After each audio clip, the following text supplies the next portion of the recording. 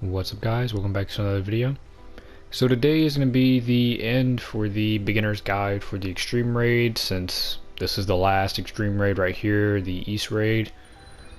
Setup pretty much the same, just getting a little more accuracy. So again, I'm going to be going with my max light wolves, the max tranquility, stone lotus necklace. Really no point for this because it's not being used for custom gear, it's only for my default gear, and by default I just mean for these stats right here. And this is just so I can down mobs with X. Tranquility for the bulwark. The passes I'll be using: Rising Spirit, Killing Blow, Clear Flash, Evil God Bloodline. Rising Spirit I decided to go with because this time in customs I'm not stacking my Bissell Ring and Tranquility together for their two stats. So I decided to put on a Bissell Gauntlet. This can be, you can get this from the East Raid, the normal East Raid, from a chest. After you fight a mob, you end up fighting the slug down by where you would get the Arachna armor.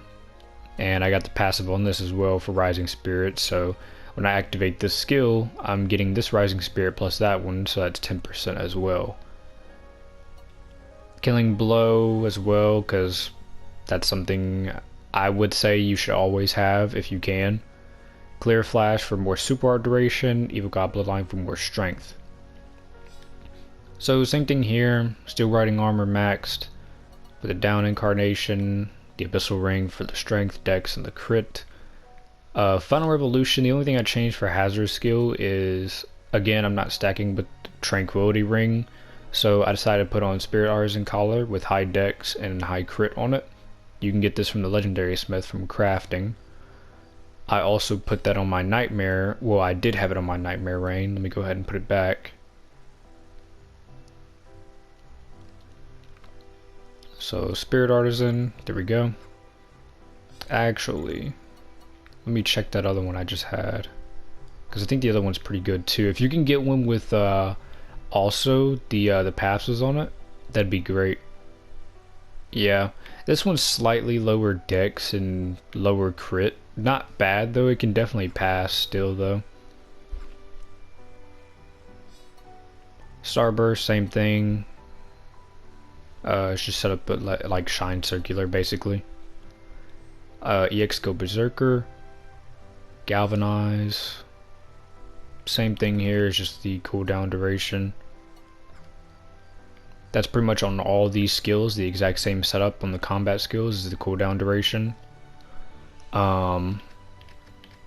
Record I'm using Nimble for more accuracy. Now for Shayta, I changed the weapon on her. I went ahead and put a Extreme Ray Rapier on her. 4 stat or 2 stat can work. I just needed her to have enough accuracy to where she can land Mind Break. So I did have to fully bond this weapon. Close of Tranquility for dex and some special accuracy. Ring of Tranquility so she can give Bulwark, and Vice Gloves from the Gleam Eyes so she can put Burning Blade. Her setup, EX skill is Debuffer so she can get more special accuracy stat. Speak of Caliber, I just have this set up for Earrings of Silence with high dex, high special accuracy, and Forgotten Talisman for high dex, and it has some special accuracy on it. Passives, High Precision for accuracy, Mental Resonance for special accuracy, Shadow Hands for special accuracy, and Hawkeye for special accuracy. Now for the skills, I don't have all her stuff for cooldown duration, so because I can kill it fast enough, but I would suggest if you're doing this solo, definitely put the cooldown durations and stuff on her skills as well, if it's going to be a long fight for you. Mind Break, I just have it to where she has a lot of accuracy for it, so it can land. Abyssal Ring with 49 dex. And Silver, this is from the Reaper, that has 66 dex. As for Record, Nimble as well to get her accuracy. Silica, same thing, Dagger of the White Knight.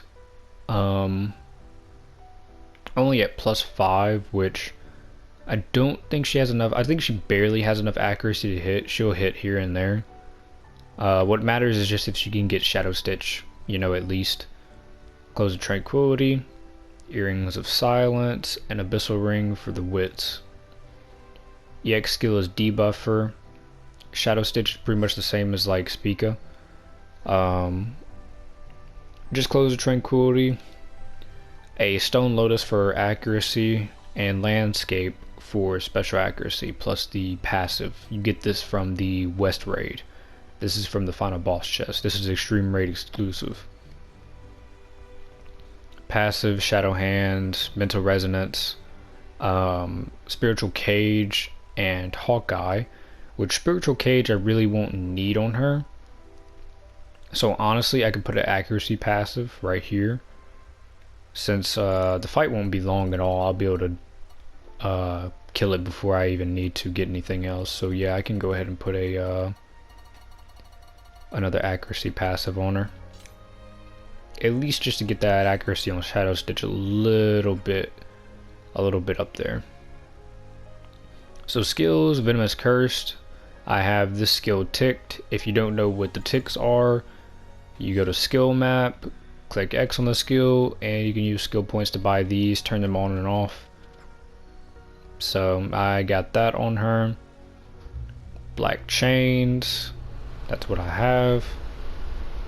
Child of Chaos, I have that. Black Chains and Child of Chaos are for special accuracy, so I can land wits easier. And for wits, I have a Close of Tranquility +15 with Mythic of Usurpation, special accuracy +30, and Landscape Earrings with the passive.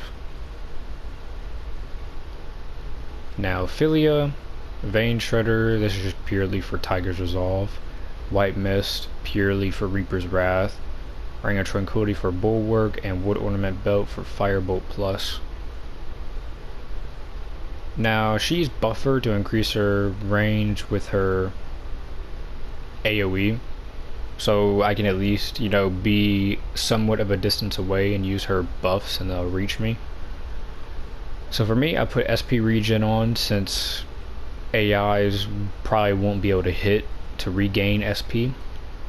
Soul's in for more SP for her, Spiritual Cage for more cooldown time, and Sense Danger for more cooldown time.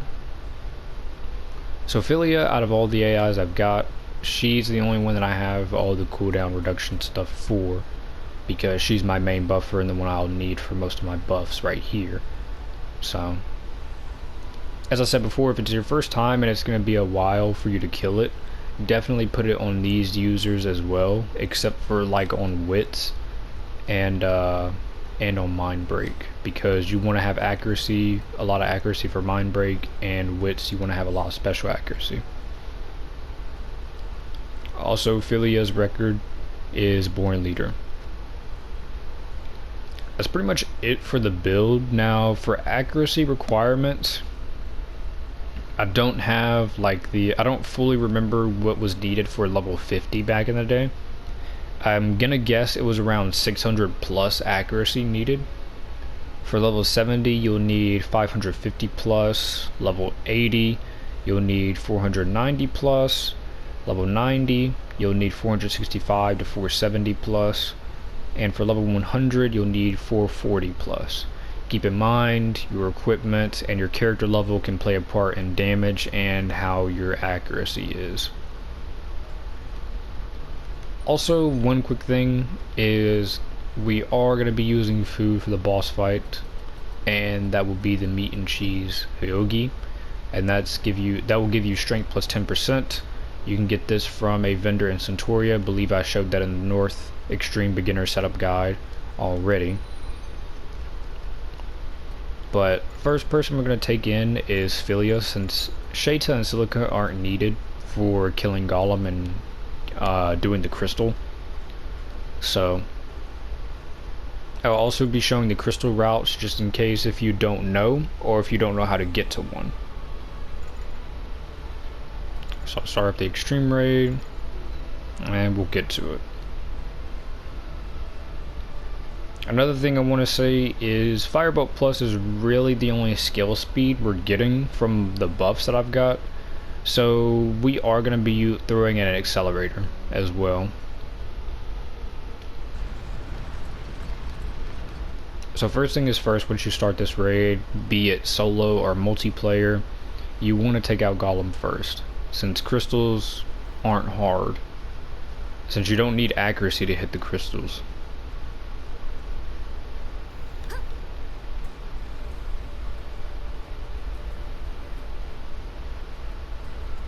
And generally in multiplayer, this is going to be the same way. You at least want somebody who can land wit to make the boss fight, you know, take more damage and at least won't take as long. And you guys are at least going to want somebody to have Reaper's Wrath Plus. At least 2 people who can do Reaper's Wrath Plus. Or somebody can do Reaper's Wrath Plus and then you can have one on yourself.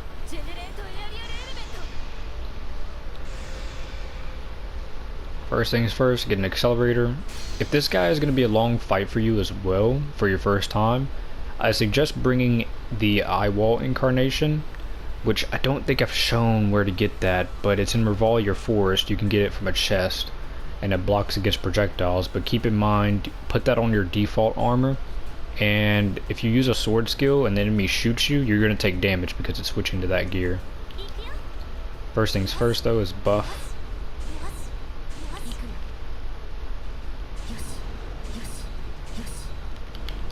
Move away. And we're going to go ahead and hazard.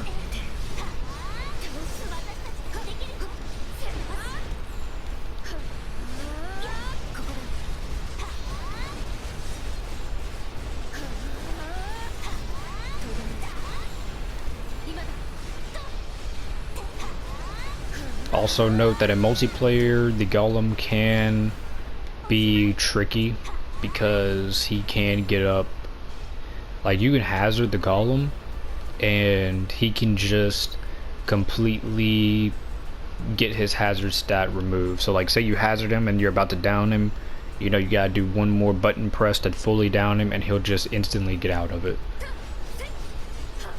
As Golem is really weird in multiplayer.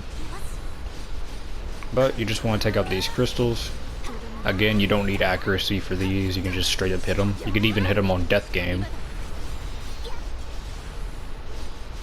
This crystal right here is mainly where I come to farm bond for my weapons, if I need that. But that's the first crystal I take out.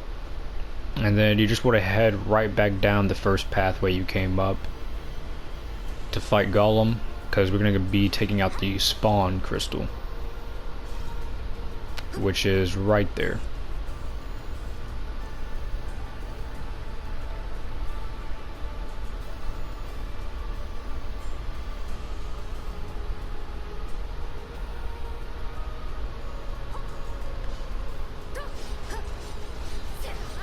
If in multiplayer, if you guys are well equipped for it, each of you can just split off and go take on each one of these crystals, or if all of y'all want to play it safe, you can just all gang up on one crystal to take it out faster and to at least stay safe from some of these mobs. But that's the second crystal. Now we're gonna go this way. Next crystal we're taking out is the one by the pink Golem.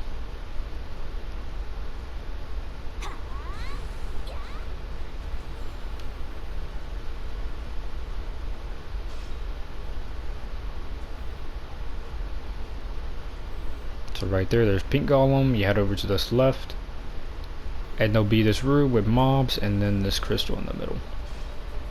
So take this out.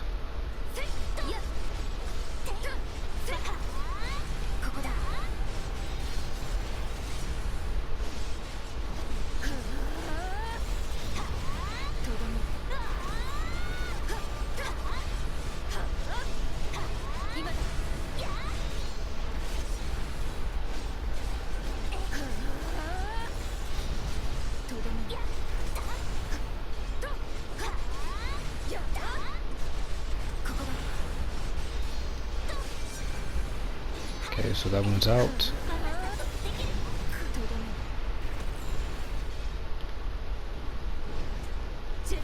Go ahead and heal. So next one we're going to go to is one that's sort of confusing to get to on your first try, but I'm going to show you the route that I get to it. You just want to go in the same direction going back towards spawn. So the same way you got here, you just want to backtrack.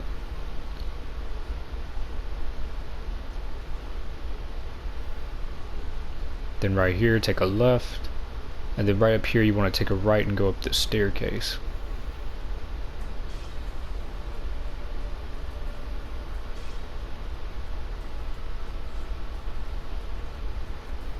Once you're up here, use a little wind 1 so you can get a little extra boost in jumping. Jump right there on the ledge, and you want to come over here, take a left, and there's a secret staircase right here. Follow this path around, go up, and you can just jump up right here, take these staircases, and here's the other crystal.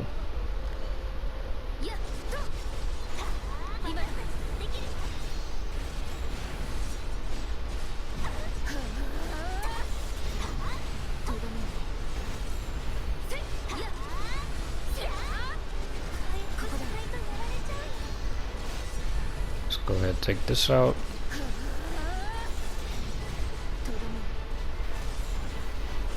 I'm gonna go in super art for this just to get that chain damage on it. There we go.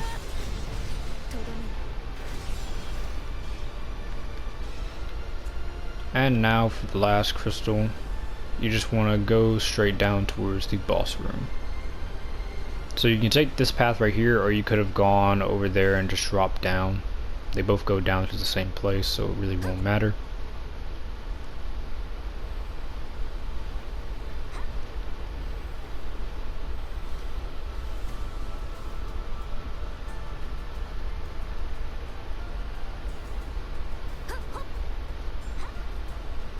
You can take the right here and keep going, and you'll just get to the crystal as well, but I like to come over this way. I'm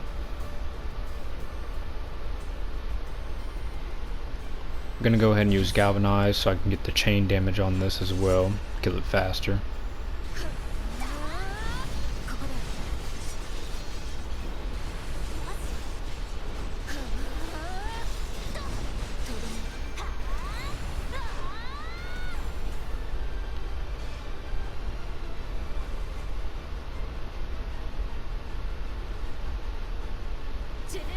Gonna go ahead and get a little luminous 1 so I can get a little bit of heals before I get to the boss room down here.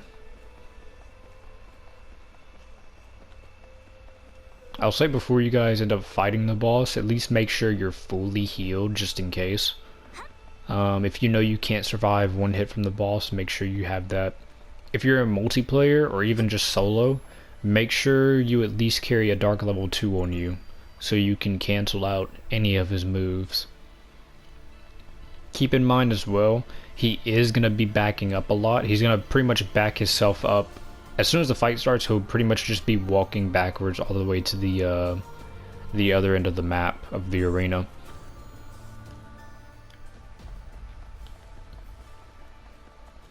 Alright, so now that we're here, first things first, go ahead and eat the strength food.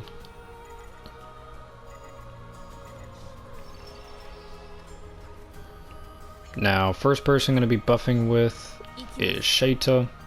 Going to go ahead and get that Galvanize, Burning Blade, and Bulwark. Second is Philia. Switch back to my character, use my buffs. Also charge a Dark level 2. And then Silica, we will end up switching to her.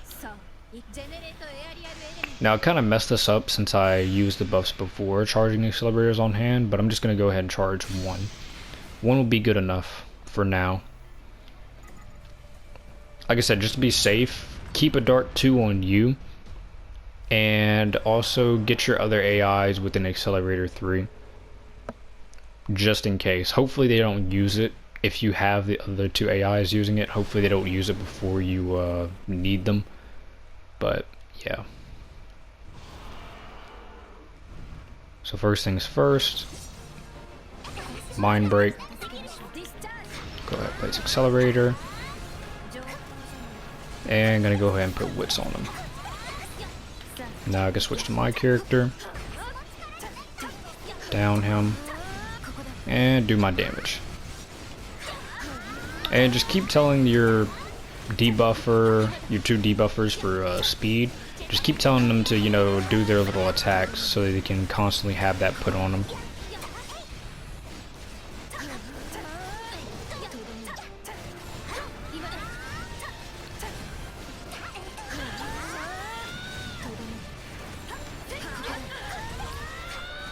Just keep doing that.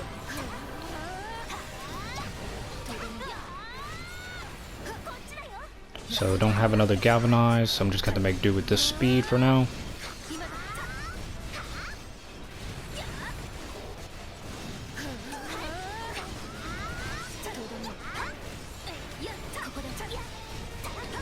Whenever I did test this before though, once it got towards the end of this Galvanize, I did start missing because my buff started to run out.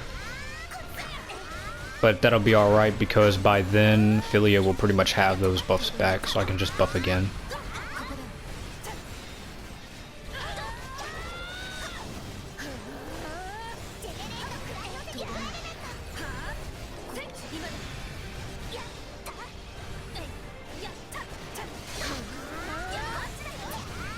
As you can see, a few misses right there, starting to show up.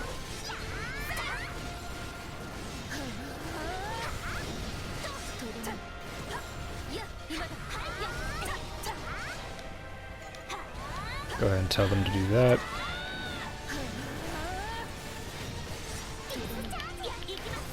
And switch back to Philly, and you see she already has all these back. Switch back to my character.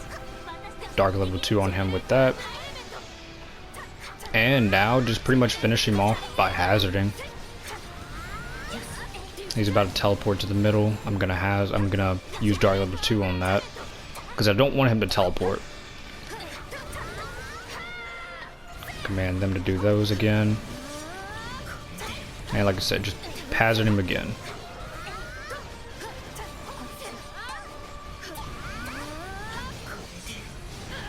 Not meant to be a 1 down, but if you have those other accelerators, this can be a 1 down.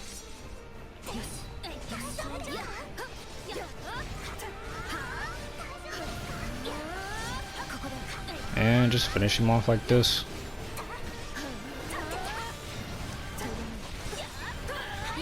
And as always, pretty much keep in mind that in multiplayer, his hazard gauge can be larger, so it can take longer to hazard him. And since I'm solo, it didn't take long to hazard him at all. So just keep that in mind when you do it in multiplayer. But there we go.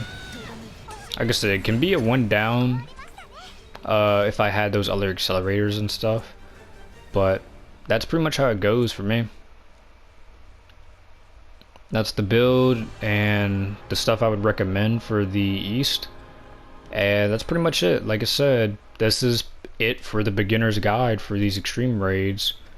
I will put these in a separate playlist so you can access them easier. And like I said, for most of the stuff I talk about and go over, it's mostly in the North Extreme video. So if you want custom skill explanation and some of the locations to get some of these starting items and all that, go definitely check that out first, because the cycle is pretty much start with north, then south, west, then east.